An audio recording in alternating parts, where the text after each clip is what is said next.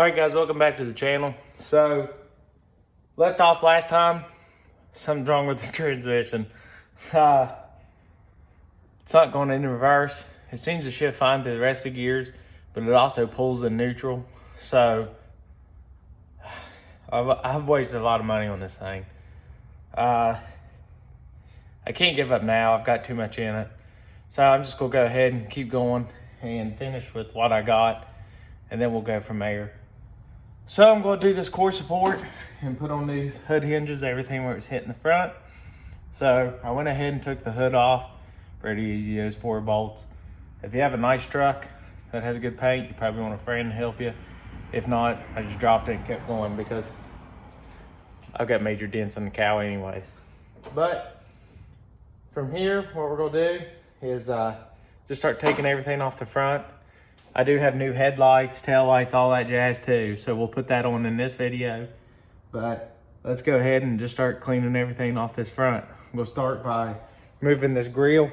So it's got these bolts, what's left hanging in there.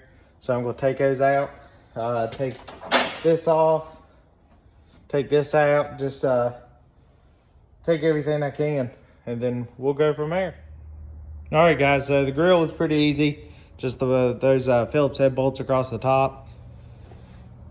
And then the trim ring that goes around, you gotta take the marker light out.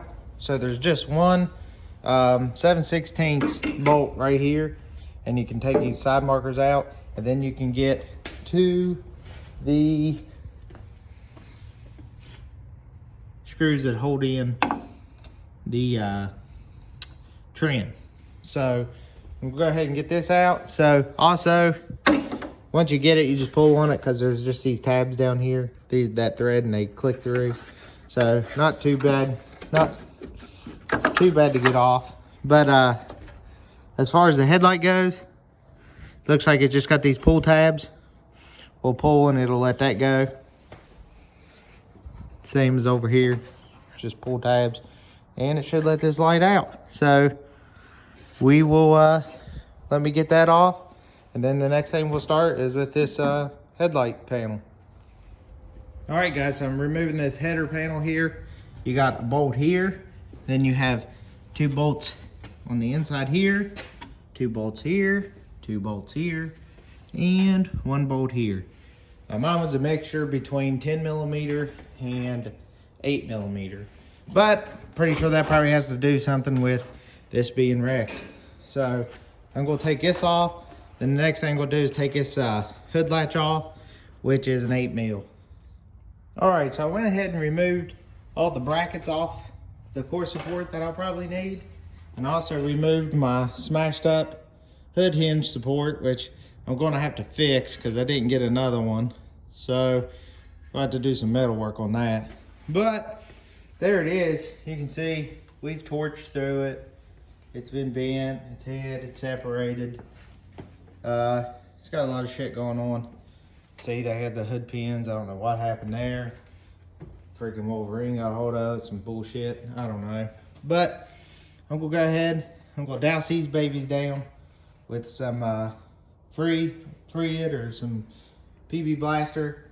And then I'm gonna take those off and get this front bumper off, so I don't have to work around it.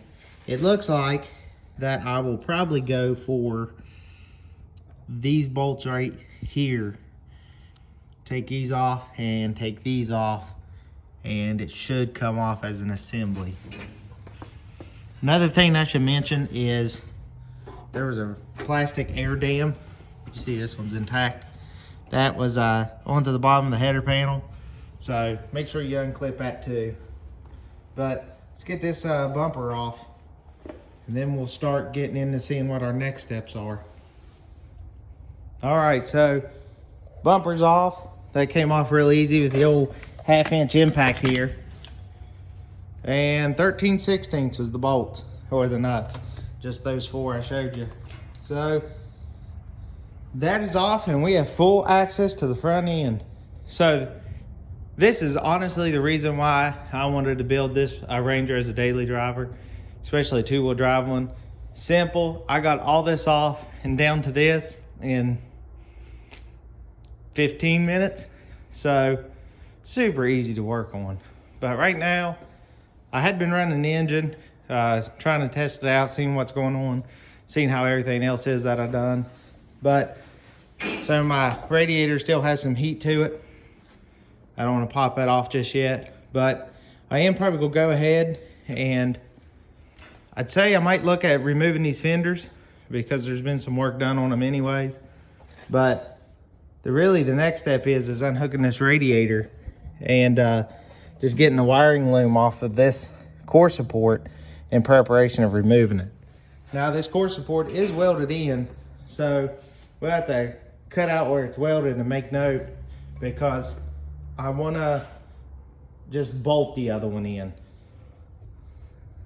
So I'm going to look into what it takes to get this off, and then I'll let you guys know. All right guys, so you have the bolts, 1, 2, 3, 4 across the top, 1 inside the doorway here, and then you had 1 in the bottom. You had to take this off, and you had these inner fender well ones. So there's 1, 2, 3 of those, and they were actually a 7/32, and the rest of them was 8mm, and that'll get you this fender off. So we'll go ahead and do that on the other side, and I will actually call it a night from there and pick back up on it in the morning. All right guys, so I went through, I took 10mm, took out the radiator, took off all the attachments to it except for this air duct, and then used the 5/8 wrench to get these off. Took the the hoses off, and then I took the belt off because, like I said, it was trashed. I have a new one for it. You can see how bad it was. But also, the tensioner doesn't even, it's stuck. So it's bad. This pulley, terrible. And of course, this thing, I've got everything to redo it, is pouring the power steering fluid. So, in actuality, I need to take this off because I have a kit to rebuild the pump. So, I'm gonna go ahead and try to get these off, get this off, the tensioner, order those new, and get this pump off and start working on it. Of course, the timing cover was missing. Well, it wasn't really missing, it just broke. But the timing belt looks really good. Not too many issues there. It's not fraying or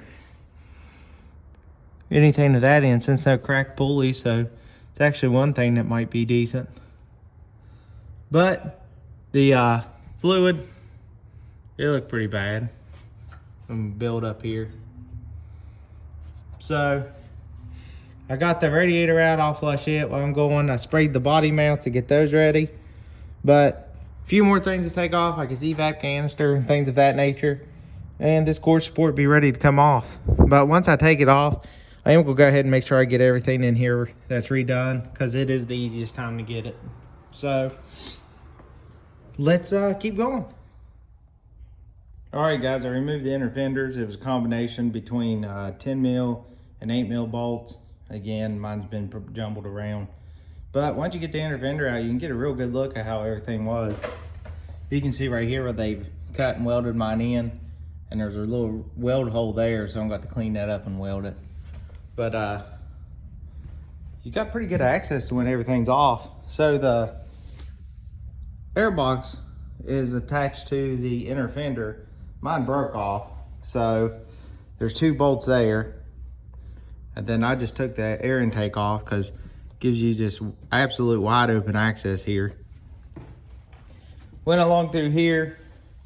You had 2 bolts up front that held the inner fender on too. Got those off. I've done the same thing on this other side. Exact same bolts. And then I went ahead and took this battery box out, which was 4 bolts. I'm wanting to say it was a, let me see, it was a 7/16. I took mine out.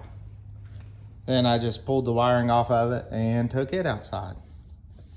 So now that I've got that, still gotta get this bracket off that holds the battery box on. So you got 2 here, and then you got 4 up here, up on the front. Then once that is off, I got the 2 body mount bushings, which you can see, those are in great shape. Take those off, and then the only places that it's mounted is it's welded here. You've got pinch welds that connect it to the apron here, and same on this side, and it'll come out. So really not a whole lot holding it after that. So we will take those out, and then this front will be off. And then our next step is to get this pump out and its hoses and start to rebuild on in.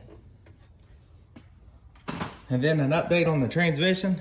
I called the guy that built it. He says the front clutch pack has basically welded itself solid, and that's why it's stuck in all 4 gears. So he's doing some investigating to see what we can do and go from there. But honestly, I think before I get cutting, I'm gonna have to do a lot of cleanup, a lot of sweeping, a lot of wipe up. So let's get going.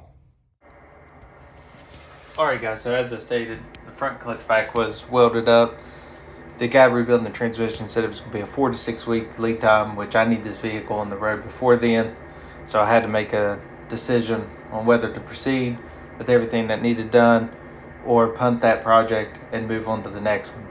So with great regret, the Power Ranger project is over, but you're seeing the emblem of the project that's replacing it, and the Ranger may still live on. So please subscribe and follow, and let's keep building.